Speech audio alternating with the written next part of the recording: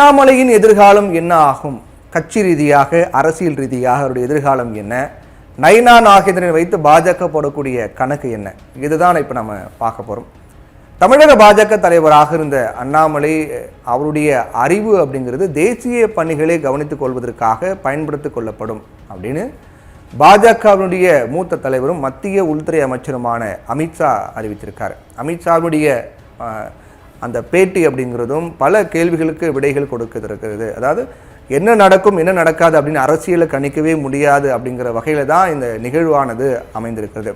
தமிழக பாஜக மாநில தலைவர் பதவிக்கான வேட்பு மனுவை நயினா நாகேந்திரன் மட்டுமே பாஜக பெற்றிருக்காங்க. அப்போ போட்டியின்றி தமிழக பாஜகவின் தலைவராக நயினா நாகேந்திரன் தேர்வாகின்றார் என்பது உறுதியாக இருக்கின்றது. அண்ணாமலை பாராட்டத்தக்க சாதனைகளை நிறைய பண்ணியிருக்கார். அவர் தமிழக பாஜக தலைவராக இருக்கக்கூடிய அந்த காலகட்டங்களில் பல விடயங்களை அவர் பண்ணியிருக்காரு. பிரதமர் நரேந்திர மோடியினுடைய கொள்கைகளை மக்கள் கிட்ட கொண்டு சென்று சேர்த்ததிலும் சரி, அதே போன்று கட்சியினுடைய நிகழ்ச்சிகளை கிராமமாக கொண்டு சென்றதிலும் சரி, அண்ணாமலையின் பங்களிப்பு ரொம்ப சிறப்பாக இருந்தது அப்படின்னு பாஜகவின் தரப்பிலிருந்து சொல்லப்படக்கூடிய கருத்தாக இருக்கின்றது. ஒட்டுமொத்தமாக அண்ணாமலையின் வருகைக்கு பிறகு தமிழகத்தில் பாஜக பேச்சு பொருளாக ஒரு பேசக்கூடிய கட்சியாக மாறி இருக்கு அப்படிங்கிற எந்தவித மாற்று கருத்தும் கிடையாது. அவர் மேற்கொண்ட அந்த நடைபயணமாக இருக்கட்டும், அதிரடியான பேட்டிகள், அதிரடியான அறிவிப்புகள், நடவடிக்கைகள் எல்லாமே பாஜகவை தொடர்ந்து பேசப்படக்கூடிய ஒரு கட்சியாக வைத்துக் கொண்டது அப்படிங்கிறது மாற்று கருத்து கிடையாது.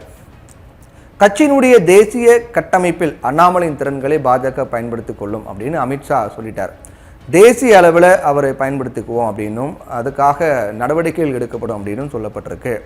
இதன் மூலமாக தேசிய பணிக்கு அண்ணாமலை செல்வதை அமித்ஷா உறுதி செய்திருக்கார். ஏன்னா ஏற்கனவே நம்ம பார்த்தோம் அப்படின்னா தமிழக பாஜக தலைவராக இருந்த எல் முருகன் அவர் மாற்றப்பட்ட பிறகு மத்திய இணையமைச்சராக அவர் எடுத்துக்கொள்ளப்பட்டார். அதே போன்ற ஒரு பொறுப்பு பாஜக அதே போன்ற ஒரு நடைமுறையை அண்ணாமலையினிடமும் பின்பற்றுமா? அதே போன்ற ஒரு திட்டம் பாஜக கிட்ட இருக்கா? அது செயல்பாட்டுக்கு வருமா? அதுதான் இப்போ பண்ண போகிறாங்களா அண்ணாமலை விஷயத்திலையும் அப்படிங்கிற கேள்வி எழுந்திருக்கிறது. அண்ணாமலை பதவி காலி பாஜக தலைவராக நயினா நாகேந்திரன் போட்டியின்றி தேர்வாகி இருக்கின்றார். அதிகாரப்பூர்வமாக அறிவிக்கப்பட இருந்தாலும் கூட எல்லாரும் கன்ஃபார்மாக தெரிஞ்சு போச்சு. ஏன்னா வேற யாருமே போட்டியில் விருப்ப மனு தாக்கல் அதுக்கான டைம்லாம் முடிஞ்ச நிலையில் நயினா நாகேந்திரன் மட்டும்தான் விருப்ப மனு தாக்கல் பண்ணியிருக்காரு. அப்போ அவர் தான் தமிழக பாஜக தலைவராக ஆகிறார். நிறைய விதிமுறைகளை வெளியிட்டாங்க. 10 ஆண்டுகள் பாஜகவில் உறுப்பினராக இருந்திருக்க வேண்டும், 3 பருவம் தீவிர உறுப்பினராக செயல்பட்டிருக்க வேண்டும். அதனால் அந்த மாதிரி பல விடயங்கள்லாம் சொல்லப்பட்டது. ஆனால் யார் வேண்டுமானாலும் விருப்ப மனு தாக்கல் செய்யலாம், அந்த விதிகளை தளர்த்துவது குறித்து கட்சி மேலிடம் முடிவு செய்யும் அப்படின்னு ஒன்று சொன்னாங்க.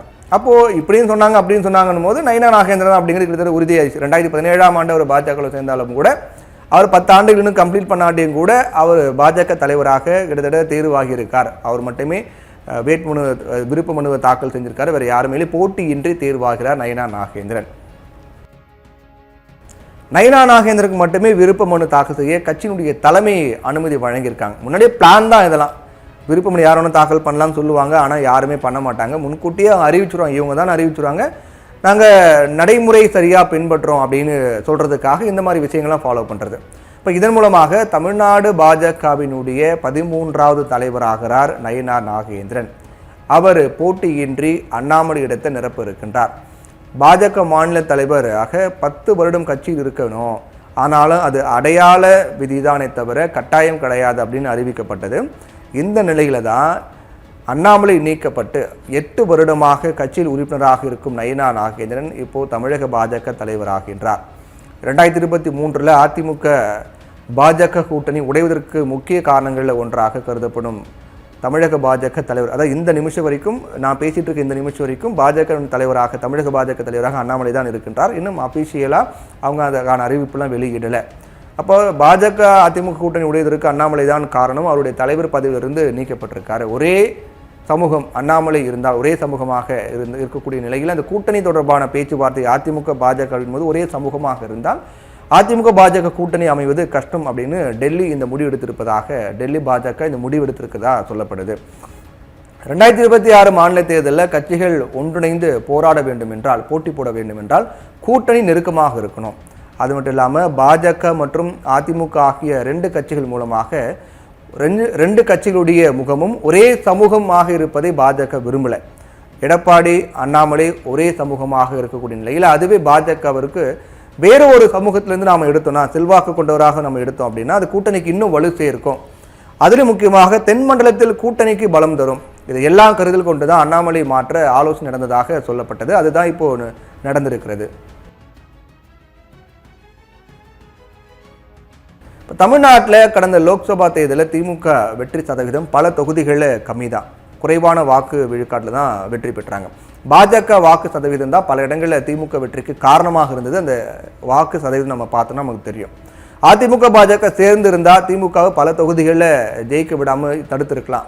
ஒருவேளை அதிமுக பாஜக கூட்டணி சேரும்போது அந்த வாக்கு குறைஞ்சிருந்தாலும் குறையலாம். ஆனால் இப்போ பதிவான வாக்கை வச்சு நம்ம பார்க்கும்போது அதிமுக பாஜக சேர்ந்திருந்தால் பல இடங்களில் திமுக தோல்வி அடைஞ்சிருக்கும் அப்படின்னு பாஜகலாம் பிளான் பண்ணியிருக்காங்க. இதையடுத்தே பாஜக தலைவர் பதவி அண்ணாமலை கிட்டேருந்து நயினா நாகேந்திரனுக்கு மாற்றப்பட்டதாக பாஜக வட்டாரத்திலும் தெரிவிக்கிறாங்க.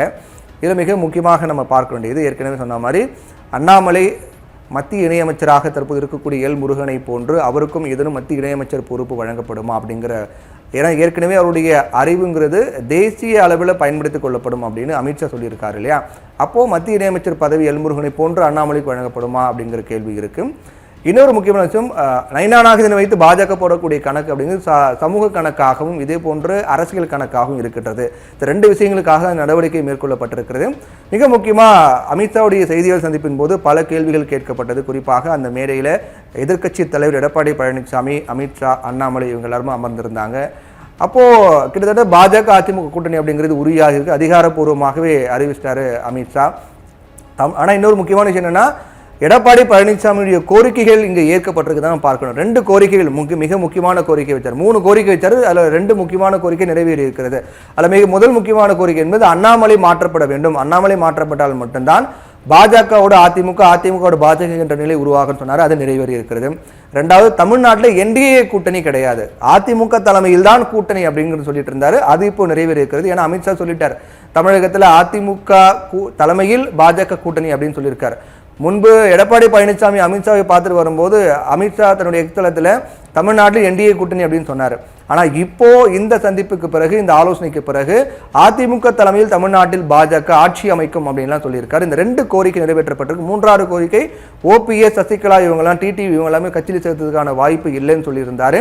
அது கிட்டத்தட்ட உறுதியாக இருக்கு அப்படின்னு நாம எடுத்துக்கலாம். இப்போ அதிமுக பாஜக, அதாவது பாஜகவோடு 2026 கிடையாது, 2021 தேர்தலில் கூட நாங்கள் கூட்டணி வைக்க மாட்டோம் அப்படின்னு அதிமுக எடப்பாடி பழனிசாமி ரொம்ப உறுதியாக சொல்லிட்டு இருந்தாரு. இப்போ அந்த உறுதி என்பது தளர்ந்திருக்கிறது. பாஜக அதிமுக கூட்டணி அப்படிங்கிறது அமைந்திருக்கிறது. இது என்ன தாக்கத்தை ஏற்படுத்தும் அப்படிங்கிறத நம்ம பொறுத்திருந்தா பார்க்கணும்.